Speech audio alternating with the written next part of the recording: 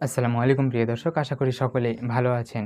এই যে নারীকে দেখতে পাচ্ছেন, ইনি মধ্যবয়সী এক নারী।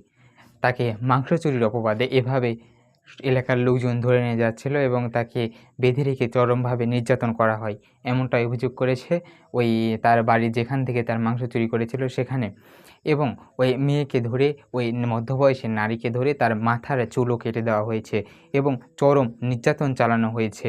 প্রিয় দর্শক, এরকম দাবি করেছেন ওই যে এক লোকেরা আছেন যাদের বাসা থেকে আসলে যাদের বাসায় গিয়েছিল ওই নারী তারা।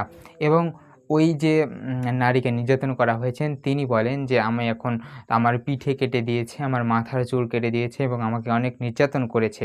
আমি এখন হাসপাতালে কাতরাচ্ছি।" এবং যারা তাকে মারধর করেছে তাদের মধ্যে একজন বলেন যে ওই নারী, ওই মধ্যবয়সী নারী আসছিল তাদের বাসায় এসে ফ্রিজ খুলতেছিল।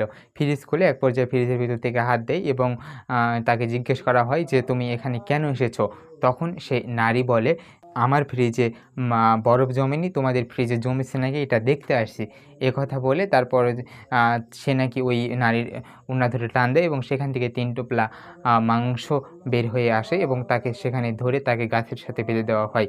তারপরে সেখানকার ইউপি সদস্য মেম্বার সাহেব তাকে বলে যে হচ্ছে, "আমি এখানে আছি, তোমরা চোরকে ধরেছ, যা পারো তাই করো।" তারপর স্থানীয় লোকেরা ধরে তাকে মাথার চুল কেটে দেয় এবং চরমভাবে নির্যাতন করে। প্রিয় দর্শক, এই বিষয়ে মেম্বারের সাথে কথা বলা অনেকে কথা বলার চেষ্টা করেছিল। সাংবাদিক ভাইয়েরা তাদেরকে জানিয়েছে যে মাথার চুল কাটার বিষয় এবং নির্যাতনের বিষয়ে তিনি কিছু জানে না।